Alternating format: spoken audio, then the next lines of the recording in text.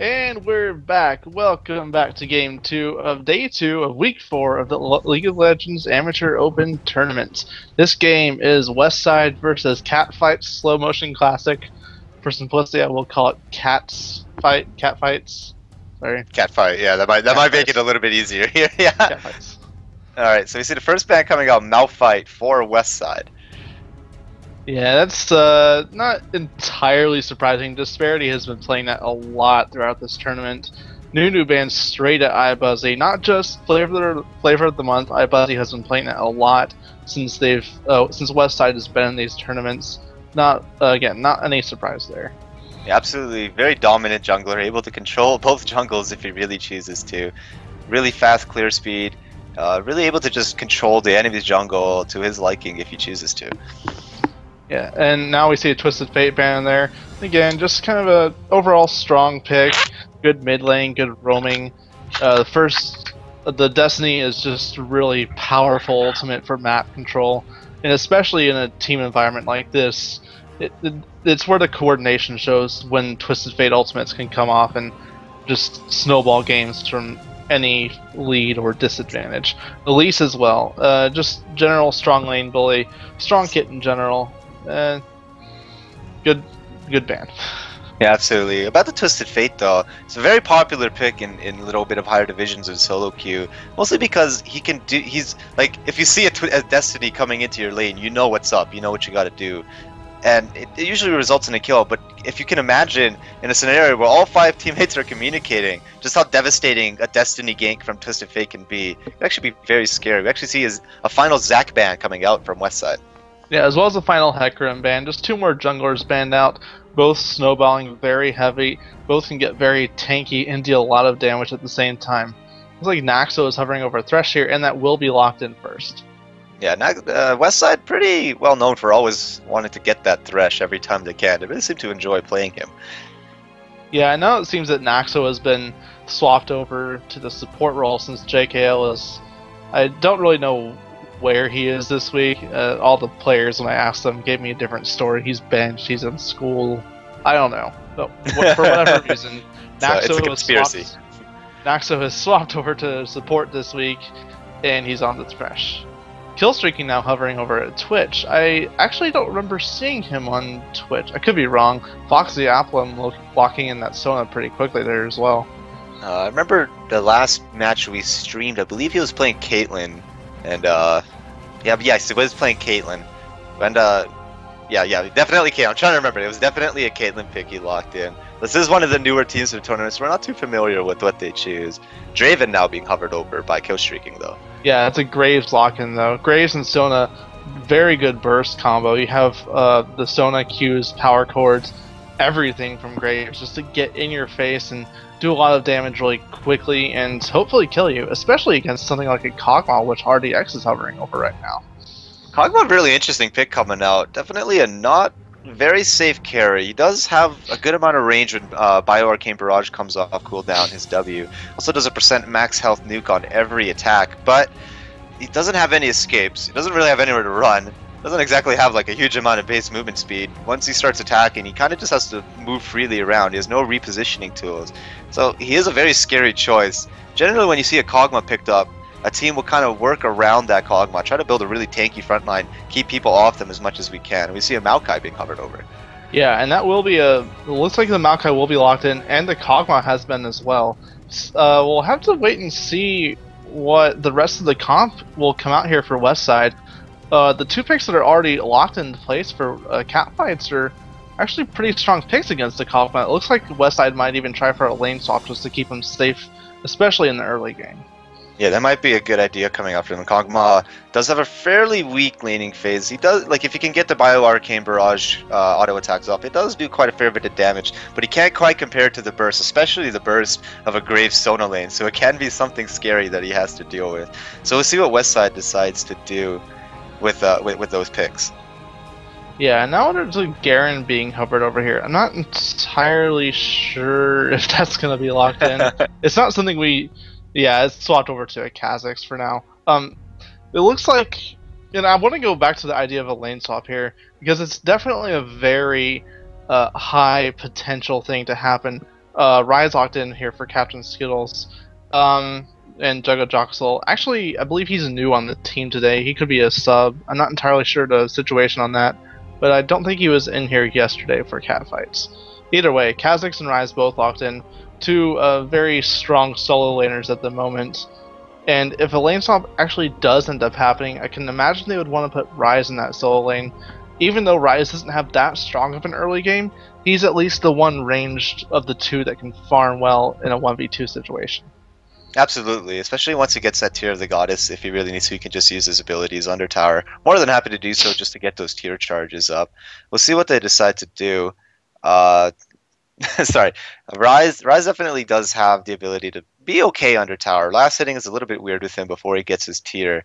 He's got a little bit of a funky animation for it, but once he can get his Q up, once he gets that tier, once he's able to start stacking it, it will be pretty strong. If the lane swap is against him, though, it might be a little bit hard because he does have to go back pretty early and pick up that tier, and that could be a free tower for Westside. Yeah, and I want to talk about these last two picks here that Westside just locked in. Jarvan actually locked in pretty quickly for catfights as well as the last pick, but they don't really have a very good protect the Kog'Maw comp. Everyone on that team except for Kog'Maw is known for diving into fights. You have the Twisted Advance, the second active on Death Sentence, Riven just jumping into the middle of a fight, as well as something like a Flash, Soul Shackles, and Zhonya's Hourglass from the likes of Morgana. It's not the best protect the Kog'Maw comp, but think of it this way.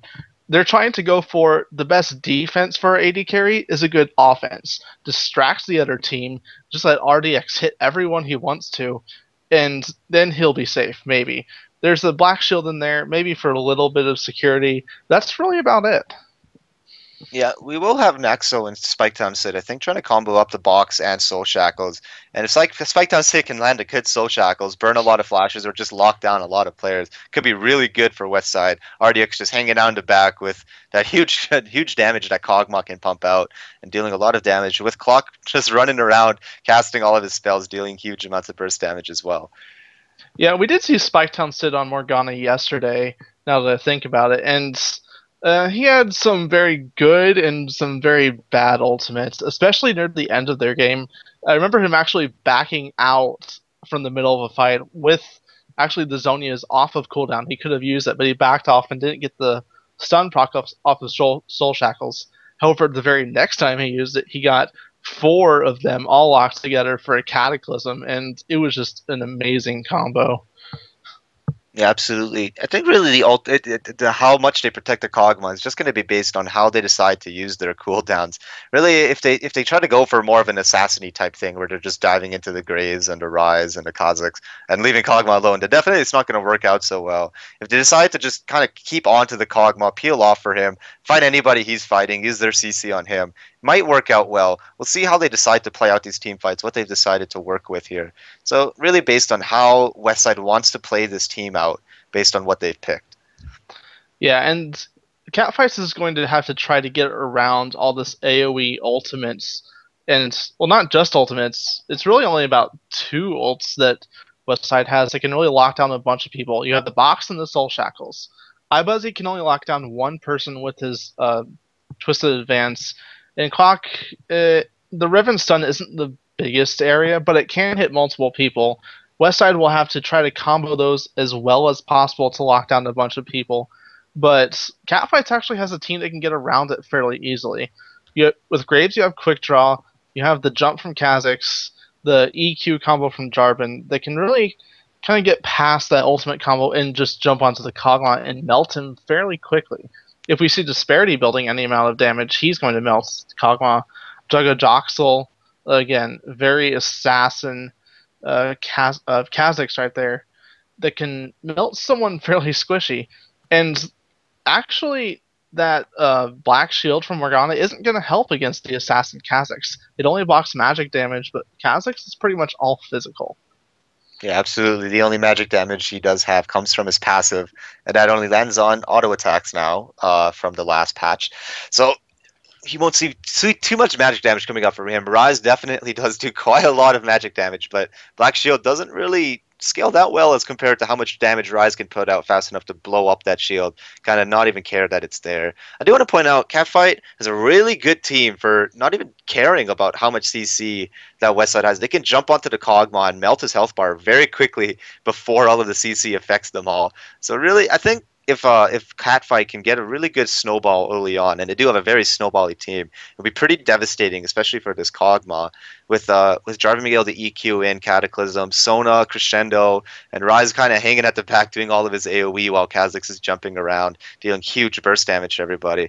It's definitely going to be a very tough game for a Kog'Maw to deal with.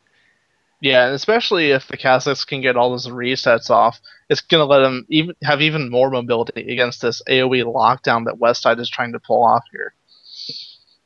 Absolutely. And so we're going to... Sorry, go ahead. As usual, Skin Intimidation Wars, actually 3-4-2, Westside wins. That's how it wins. Any ultimate skins? I'm not quite in there yet. Can't quite see. We have a Festive Maokai, a Monarch Kog'Maw, and a Battle Bunny Riven against a Mafia Graves and a Mecha Kha'Zix. Mecha Kha'Zix is a legendary skin. Let's count that as 2. How does that equal it out? Are you sure it is? Yeah, they raised the price recently to $13.50. Oh yeah, they did, didn't they? It's his only skin though, so I'm not entirely sure to count that. That's fair enough. I will if you do those. Okay, 3-3. 3-3, so a little bit equal on this Intimidation pack. Well, actually, Festive Maokai isn't available either anymore, so we could count that as 2 as well. Okay, 4-3. 4-3, there we go. Westside coming out on top on the Skin Intimidation factor. And although that gold border is in there, that's actually a little bit deceptive. I believe in this past week alone, 3 of Westside's members hit platinum. They won't be able to participate in any tournaments anymore just because of that. But do not be fooled. There are 3 gold 1 members on Catfights as well. So the difference there isn't too threatening. Absolutely. Definitely not a huge difference. This is sadly the last tournament that we will have Westside joining us. It'll be very sad to see them go, but we'll be looking forward to the rest of the matches for this tournament for sure. Yeah, and they've been able to make it pretty far in the tournament so far. Last week they actually made it to the final best of 3 and did get knocked out. I forget off the top of my head who won. It was Beach King Gaming. Beach King Gaming, which we just saw in the last game. It was those were the guys who played last game. It was a 2-0 sweep for Beach King Gaming last week. So we'll see how Westside decides to play this one. Now Beach King Gaming are actually in the loser bracket this week, so we'll. I think your mic just died. Did my mic just die out there? It died for a second. Sorry about that. Anyway, yeah. Welcome back. Thank you. I appreciate that. And we're into game. All right, here we go, guys. On to the Rift, everyone.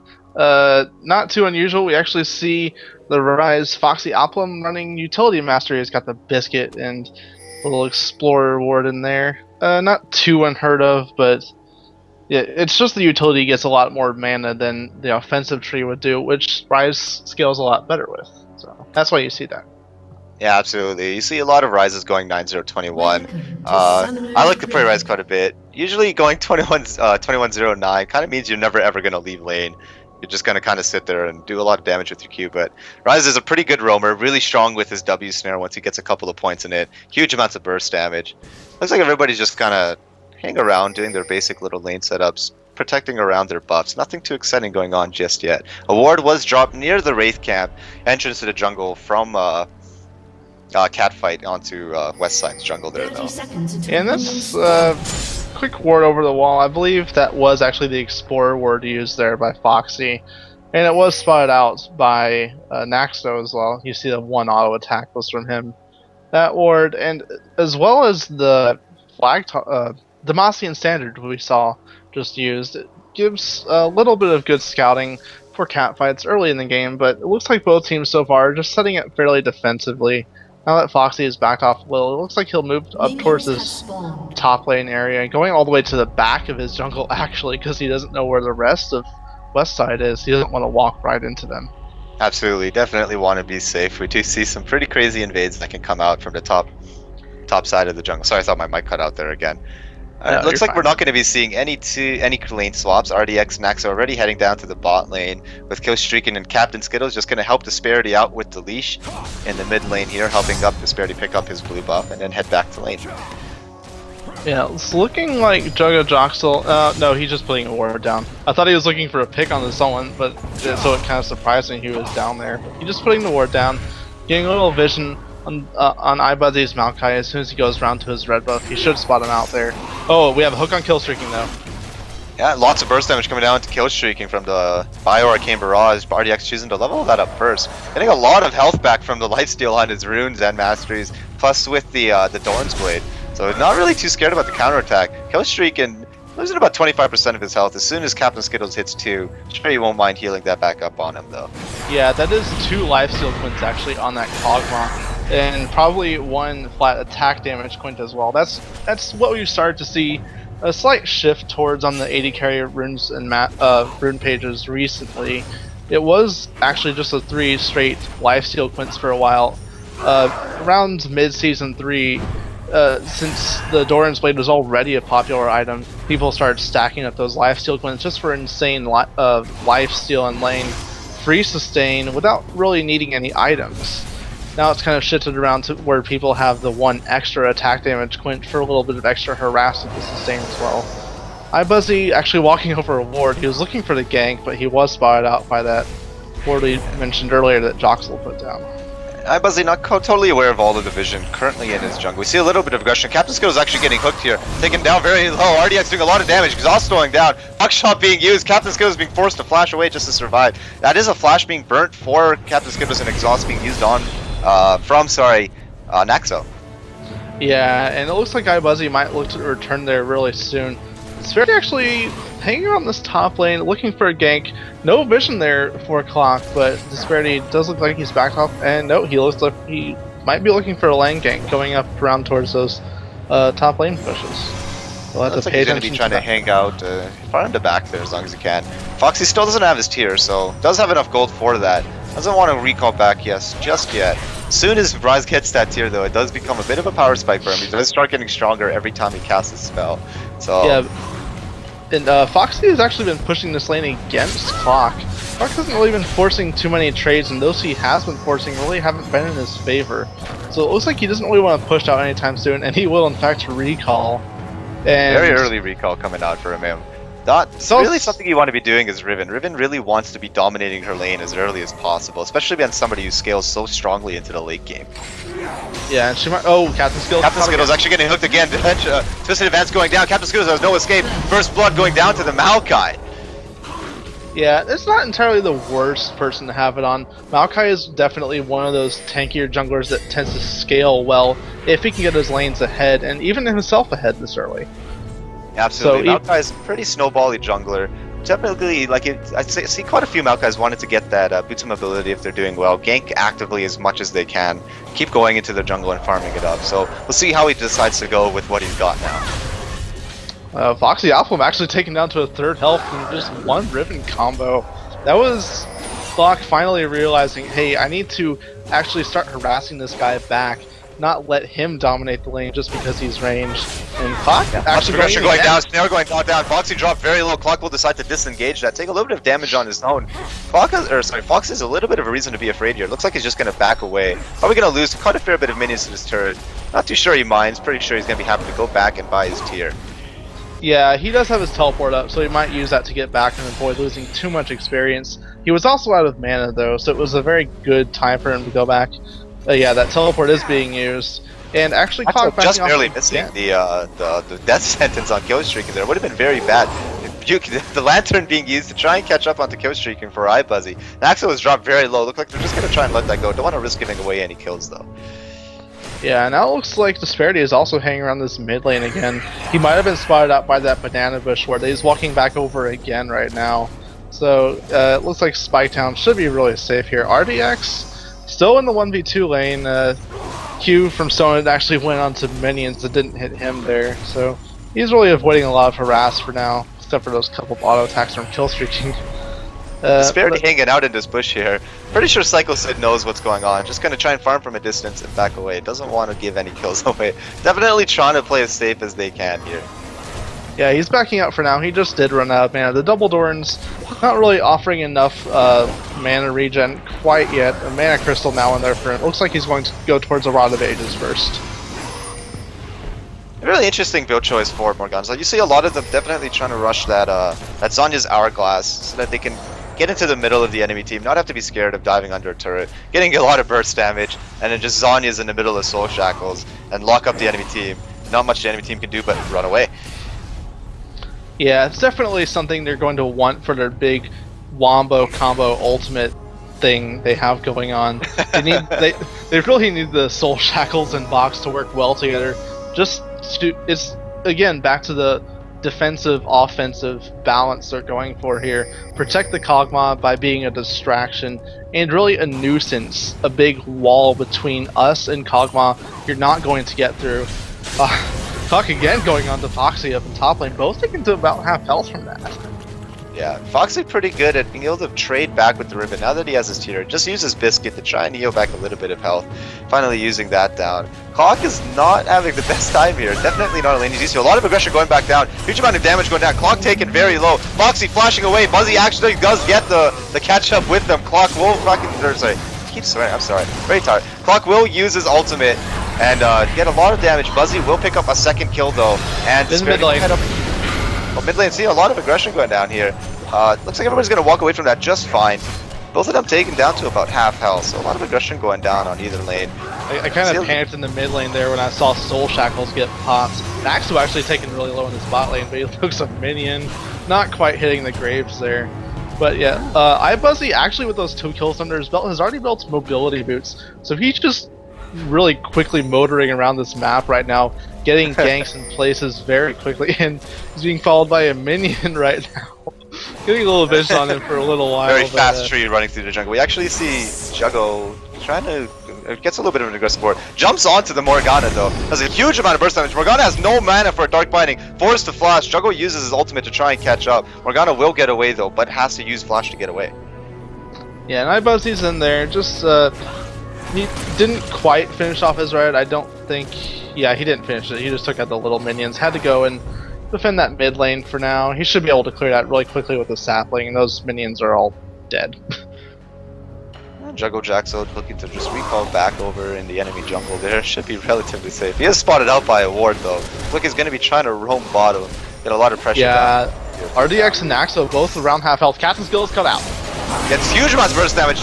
Crescendo coming out, trying to lock them down in place. Takes a couple of turret shots. Naxo actually getting dropped down. RDX very low. Juggo Jaxo getting caught out in the turret. Huge amounts of damage. RDX will fall. Chasing down the Graves, trying to see if he's going to get enough damage. Almost kills off Kill Streaking and Captain Skittles, but they do just get away. That was a 2-for-2 trade, 2-for-1 trade in favor of Catfight. Yeah, RDX and Naxo stuck around that bottom lane way too long. They wanted to keep their turret alive, but they ate way too much harass under the turret, and it was just a prime ganking material. The last tick of Ignite actually did take out RDX there, and he was way too far in the back after that to get close enough really to finish off the Sona. Not quite enough damage on his passive yet to take out Kill Streaking, but actually probably would have killed Skittles there. We see a lot of aggression going down onto top lane. Clock popping down his ultimate. Foxy taking a fair bit of damage, trying to can. Clock will use the second part of his ultimate to try and do a little bit of damage. Doesn't do quite much. It is a % missing health nuke. Foxy wasn't missing a lot of health. Gonna be able to walk away from that. Clock does have his ultimate down. Still trying to be very aggressive. Lots of damage coming down. Foxy doing his best to trade damage. Ignite going down onto Foxy. He's trying to kite around, flash around as much as he can. Trying to stay alive. Drop very low. Flash coming down to Disparity. Cataclysm coming down. Huge burst damage coming down from Foxy. Disparity will pick up the kill. Yeah, that was a lot of good kiting job. It was actually Clock who was forced to burn his flash there just to get kind of back towards his turret. He was trying to, I think, get a flash stun onto the Rise, but he just missed it. And it really wasn't the best position for him to be in, especially now with the Cataclysm down. And he wasn't able to escape the Rise damage there right at the end. Yeah, he used up all of his escapes. Riven is actually able to get out of Cataclysm with Broken Wings and Valor. Actually, all of her skills were on cooldown at that point, had nowhere to run. Was trying her best to try to get close to the Rise, who was very low. Had nowhere to run though. Rise able to pick up a lot of damage and finish off the kill with Disparity finishing off the final hit onto Clock. Yeah, it's actually been a lot of action so far early. 3-3 in kills, only about a 300 gold lead here for Catfight's is the name of the team. We see actually a lot of farming advantages going to Catfights as well. And yeah, I was actually just going to point that out. Sorry to cut you off there. They want to point out Kog'Maw has 67 CS to Graves 95. So pretty much a 30 CS gold lead already in the bot lane, plus a kill on the Grave. Kog'Maw does have that assist. Looks like he's going to be trying to get that Blade of the Rune King, but this is a huge advantage for kill streaking in this lane. Yeah, the bot lane right now for Westside, we were kind of expecting a lane swap to come out, but it didn't really happen.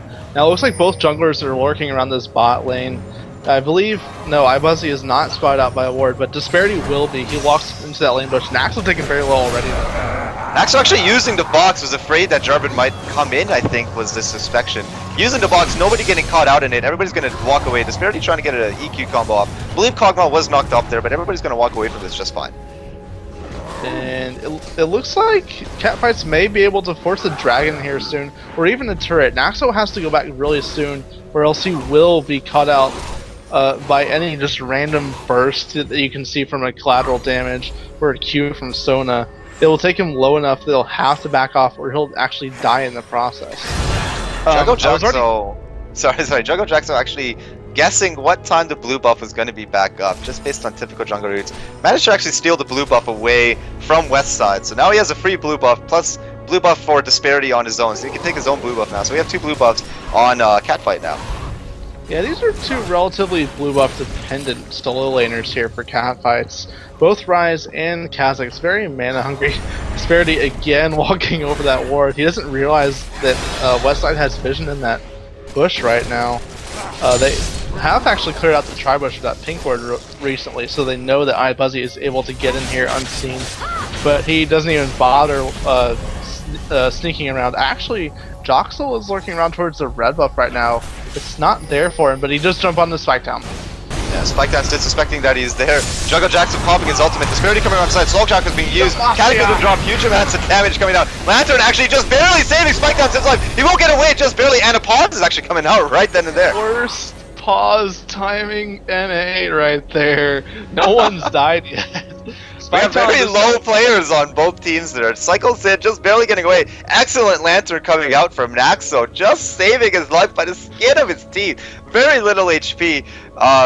Juggle Jaxo has very little HP. I can't quite click on it. I can't quite see how much he has. Very little though. And Jarvan is getting a little bit caught out too. He's also very low on HP, just about 25% health. Players just figuring out what's going on right now though. Yeah, that was actually a very good timed Soul Shackles from Spike Town right there. He was able to get the stun proc off right before he would have died, and he got pulled out by the Thresh Lantern to safety. He's actually on the run now from Captain Skittles, because one quick Q power chord would be able to kill him at this point. Yeah, Captain Skittles is just hanging out right behind him, so we'll see how Spike Town Cid tries to react. They do have a chance to actually look at the minimap during this pause, so maybe that'll help out Spike Town Cid with his escape. We'll see how that goes. Still figuring out what's going on with the pause here, though. It looks like kill streaking has actually been the one having lag issues. As you can see on the mini-map, he may have... he didn't actually officially disconnect. We didn't see that coming out. But look at where he is. He could have run right toward the fight, but he's running away from it just because he wasn't confident in his connection. And just based on that alone, it's 4v3 right now. It looks like Westside will be able to take this once it's over. Yeah, just... Is the game still paused for you? It's paused for me. Oh, okay. I'm still 3 for 3, so I'm a little bit confused. I thought a kill happened. So it's 4v3 right now. Oh, okay. I thought you meant kills. My mistake. Yeah, so it is a 4v3 situation. Still gonna see how they decide to play this out. They do get a little bit of bonus time to, I guess, analyze their situation. So we'll see if they could maybe use that to their advantage. Still trying to figure it out. See what's going on here. Trying to fix up any of the issues we're having in the game. Okay, and we are on pause now, so this fight should explode right now.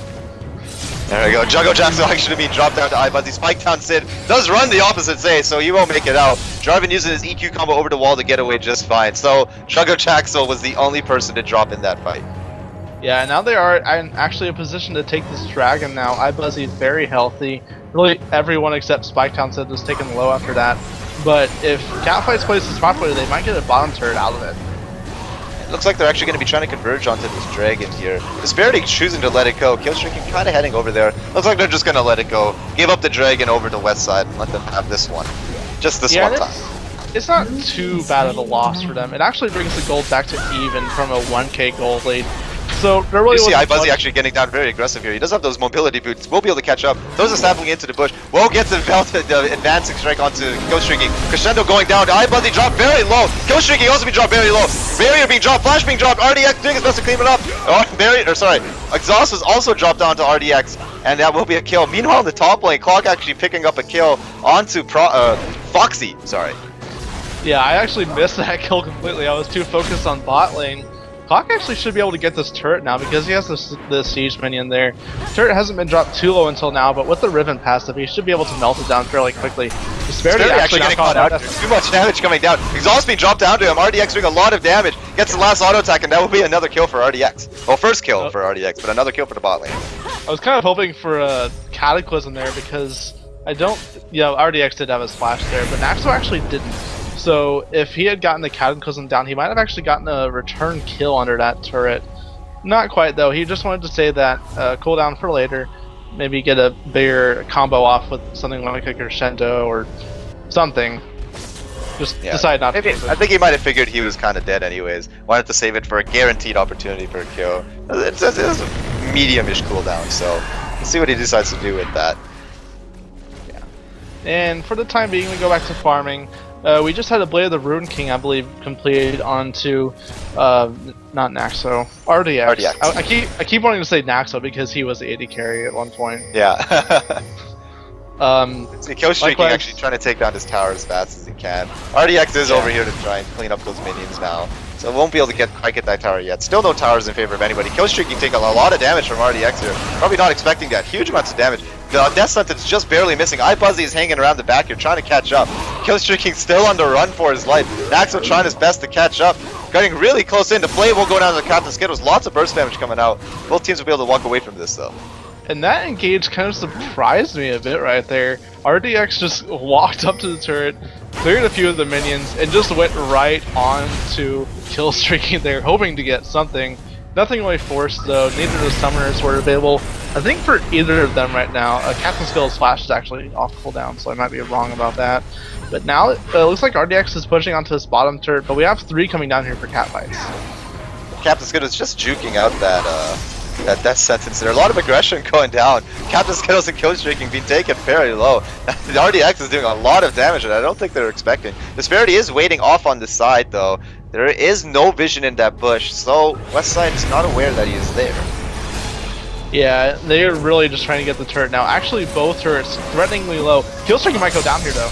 Ghoststreaking and Captain Skittles taking huge damage. Kog'Maw is just starting to get that power spike. He's doing a lot of damage. There's a lot of rushing going on bot lane. Joey Jackson, Jungle Jackson getting caught out a little bit. Just almost dying to the Riven ultimate. Does use his ultimate to get that damage reduction and run away. Actually, he doesn't get that damage reduction until he evolves it. So, no, he just barely lives with the skin of his teeth. Clock's still chasing him, and he will be able to get away, though. Yeah, no turrets down. Actually, that's the first turret of the game because Jarvan had to let that go after both of his duo laners were very low after that engagement. Naxo actually now putting a ward in that tri-bush just to spot the disparity should he come back looking for a gank. But it's a little too late on that. Turret is down now, first of the game for Westside. About a 3k gold lead overall, 7-3 in kills now. Farm still way in favor of catfights, about 20 to 30 CS lead in both the mid and the bot lane, while it's even in top. Yeah, this is a little bit of a scary position for sorry for catfight. They do have a very strong Westside. Sorry, does have a very strong late game with that Kog'Maw and with the Morganic Soul Shackles that'll come out and really hurt them out in team fights. So this is not really a position they want to be in. They're going to try to probably... I think the best thing for them to do right now is to try and farm up a little bit and try and apply as much pressure as they can before Westside decides to start grouping up the team fights. Yeah, now we have sort of a break here. I kind of want to talk about the items after we mentioned the gold and farm leads. We have actually a lot of core items now completed. After that Blade of the Ruined King, it looks like Infinity Edge being worked to for RDX, as well as the recent Rod of Ages that was completed on Spiketown Cide. On the other side, you see kind of the core mana components there for Rise. You have the Catalyst and the Tear of the Goddess. Meanwhile, the Mana Immune has been completed for Kha'Zix as well, and the Bloodthirster onto Graves. For the junglers, they both have the Ancient Golem item, but iBuzzy is a little bit ahead here as he already has components for an Aegis. But we look like we have some action in the mid lane now. Joxel actually will take out RDX here. RDX taking a lot of damage. No, actually trade kills. RDX flashing away to try and pick up that last auto attack. Will get it, and it would trade kills in the mid lane. Yeah, that was 1v2. Actually, RDX getting kind of greedy for that kill. I think Captain Steel's got in there a little bit late, so he wasn't able to really heal up and save his teammate. But he was able to turn around. There's no ultimate used, but he did manage to. No, he didn't get the kill. 1 for 1. Nothing quite going down the top lane here, but will explode really shortly if iBuzzy looks to go in with the Twisted Advance. Yeah, definitely a scary engage. I don't think he wants to get caught down by Foxy and Disparity's combo CC. Just trying to put a little bit of pressure in his mid lane. Lots of pressure going down in the mid lane top lane. In the mid lane though for Westside. Meanwhile, Killstreaking pushing down that tier 2 tower in the bottom lane.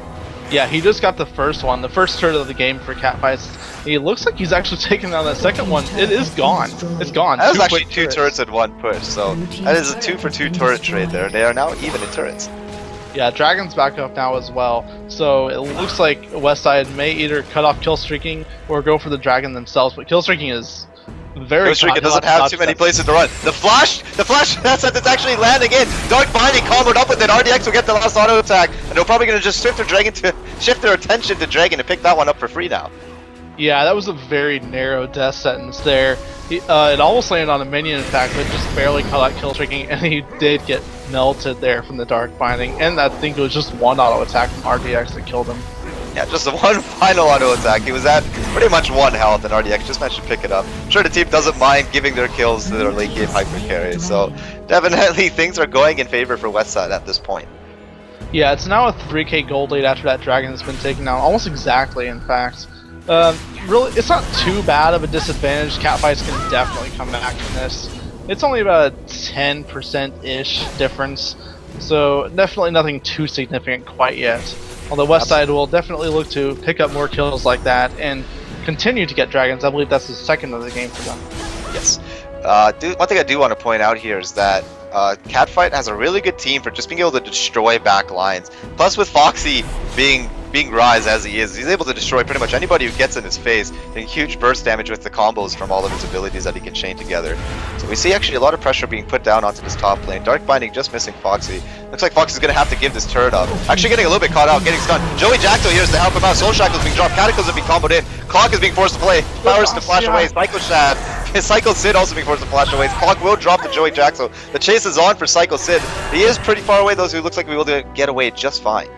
Yeah, there wasn't really a whole lot of vision. They didn't see the other 2 members walking around there to turn that around. It was a quick 1 for 1. Actually, Captain Steel was forced to burn Flash in the mid lane over the Wraith Wall. He was caught out there and would have gone down to the Kog'Maw. But now we have, looks like a second turret of the game should go down here. Joxel actually pulling turret aggro. He's snared under turret, but he might get away here. Killstreak caught on mid lane now. Oh jeez, I actually missed that motion at top. Yeah, he actually absolutely got melted. The box being used there. So, yeah, Killstreak getting a little bit caught out. He did use his flash trying to get away from that engagement. It did just go off cooldown. RDX and Naxo now putting a lot of pressure down onto this mid lane. Everybody's just trying to push out different lanes, but it looks like our Catfight really just needs to get down to mid and stop RDX from this push. Yeah, one thing both teams have done very well is they're taking turrets whenever possible. They're just getting so much map pressure on both sides. Well, almost. Catfights has come close to taking that top turret a couple times now. That was actually, I believe, a 2v3 in the top lane that they turned around. We're able to save that turret. But now it's 4-2 in favor of Westside. Now both the first 2 turrets in the mid lane and 1 in each of the side lanes to really just a 2 in the bot lane. It does give Catfights a little more presence around the Baron area to have those 2 turrets down, not Baron, Dragon area, to take with those 2 turrets down. But it's really not enough right now. As the game goes on, they're going to want a lot more towards Baron. They don't have either the mid or the top outer turrets down. So they will want to push it relatively soon. Killstreaking again caught, now with the Dark Binding. And he's safe. Sorry, I was actually missing that. I was checking out the numbers on that ability there. I wanted to point out that Westside does have a very strong Baron taking team, with the true damage that comes up from Kog'Maw. It does only do 100 bonus true damage to monsters, so that would include Baron, but that is the ability to actually take out on Baron very quickly for them. True damage? Yeah, sorry, not true damage. Percent max health damage. My mistake. But it does only 100 bonus to minions. We see Westside actually stealing away the blue buff. Disparity actually using Cataclysm onto Naxo. Naxo using the box to try and counter it. Just trying to stay alive, run away. Looks like everybody's just gonna disengage after trading ultimates. Yeah, 1-for-1 ultimate. Good disengage there for Naxo. And really, it was only him that was caught out by the Cataclysm. Stolen blue, in fact, for Spiketown Cide as well right before that. So, I think the teleport was burned from Rise as well. I think he canceled it, so it's got about half the cooldown and half the core. And with the utility masteries, it's even a little less, I believe. Yeah, we see Westside putting down a lot of pressure onto this mid inhibitor turret. Looks like they were going to try and siege this as best they can. With Kog'Maw by Arcane Barrage, he can hang at them back, do a lot of damage. Captain Skill is getting caught out by a Dark Blinding. Fair bit of damage coming down from the Tormented Soil as well. Yeah, we haven't really talked about how well of a siege team they have with the extra range on the Kog'Maw auto attacks. They can harass well with the Tormented Soil, the Bio-Arcane Barrage, with basically even the Saplings as well. They can just look for picks as a skill shots. The Dark Binding now lands on the Jarvan. Disparity taking huge damage, actually also getting caught up by Death Sentence, but it looks like they're just going to walk away from this. A little bit too scared to dive this team under their tower. Yeah, they're not really a diving team. I mean, they can be. They have good tank potential, but they really don't have enough tank items yet. I believe, yeah. Yoshiki actually getting hit out. He's going to get comboed down by a lot of CC. He won't drop immediately. RDX taking a lot of damage. Crescendo being caused. Disparity dropping almost immediately. Jackson trying to get away, taking huge damage, burst damage. Clock won't pick up a double kill. Fox has nowhere to run, getting caught out by the Dark Binding. And they actually go in for the dive and will take that inhibitor turret 4 for nothing. Yeah, they were looking for that pick and they found it on kill streaking. Immediately jumped on and bursted him down. That will be a free inhibitor. It looks like they're pushing for the game here. It's only a 5v1 in the base. They should be able to take it. Looks like they're going to try to swift their eyes, but there are a little bit of a lack of minions, so they are going to just back off. Looks like they're going to shift their attention over to top now. The minions are very close to that tier 2 tower. Yeah, that should be another free turn for them, especially with that inhibitor down in mid. The extra health minions aren't quite there yet. RDX actually taking some turret shots. Waiting for his own minions to come around before he... yeah. Yeah, so this will be another tower free for Westside. This will bring the turret advantage 6-2 for Westside. 14-5 also in their favor, and 14.2k to 34.3k. This is looking extremely good for Westside right now. Yeah, they did snowball that small 3k lead they had earlier, and it's really just... It hasn't gotten entirely out of control for catfights. They can still bring it back, but now with the inhibitor down, they've lost a lot of map control. Now the dragon just spawned. It looks like Westside should push for that soon, and they can probably even force a Baron if they can just let the minions push the mid lane, or even go for a second inhibitor and then go for a Baron. But then again, they don't really need Baron. They're far enough ahead as it is. Looks like Killstreak is actually sneaking a dragon right now. No vision for either team, apart from the champions having their own vision. That's the first dragon of the game for catfights. Yeah, it'll be a little bit of a good pickup for them. They do definitely need as much gold as they can. Spiketown trying to land a Dark Binding, will try. Naxo actually getting a hook onto Jaxo. I'm having a hard time pronouncing his name. Jugga. I'm gonna call him Jugga. Getting a hook onto Jugga, and they will escape here. So I do want to point out here though is that Kog'Maw is actually getting pretty scary, and he has his Infinity Edge. He has that Blade of the Rune King. He's got a pickaxe, probably going over for that last Whisper now. So yeah, he is becoming a little bit of a scary threat. Although he does do quite a lot of magic damage with his abilities, some attack speed reductions might be pretty detrimental. It might be a really important buy, for Catfight to pick up a Randuin's Omen and a Frozen Heart that would help him out quite a fair bit. We see a lot of pressure going down onto Baron here. Dropping down very low for Westside though. This is going to be a free Baron. Catfight is nowhere near close enough to pick it up. And Killstreak actually getting caught out over the wall. Nice death sentence, just barely missing blocks. Quick draws and flashes over the wall. Trying to get away, has nowhere to run though. Clock is trying to catch up. Ignite and Wind Slash will finish him off though. Yeah, and red buff as well getting picked up there. iBuzzy finishing that off with Smite. Oh, not with Smite actually. Smite was used on Baron. Anyway, Baron, pick on kill streaking. They actually didn't know what was going on. They had no vision, so he was just walking. I'm not even sure if he was really going to check Baron as well. He didn't have any wards in his inventory to check it on his own. But they're looking to 5v4 push on these Nexus turrets with only one hit down. Flash. Trying to get the progression. I iFuzzy actually getting caught down inside of the fountain. They still have a lot of pressure going on to this Nexus towers. IEQ coming in from Disparity, trying to catch up some members. Soul Shackles is locking out a lot of members. Cataclysm dropping down. Disparity is getting exhausted. RDX kiting around, doing so much damage. Joe Jackson getting dropped down very low. Flash being used. Clock is on a rampage, picking up the kill. RDX actually being able to pick up the Cosmics, and they're shifting their attention back over to the inhibitor. Or sorry, not the inhibitor, the Nexus turrets. Yeah. Captain Skills cut out. Captain Skittles also getting caught out here. Death Sentence will drop down. Ignite will finish him off. Spike Down Sid will kill him off.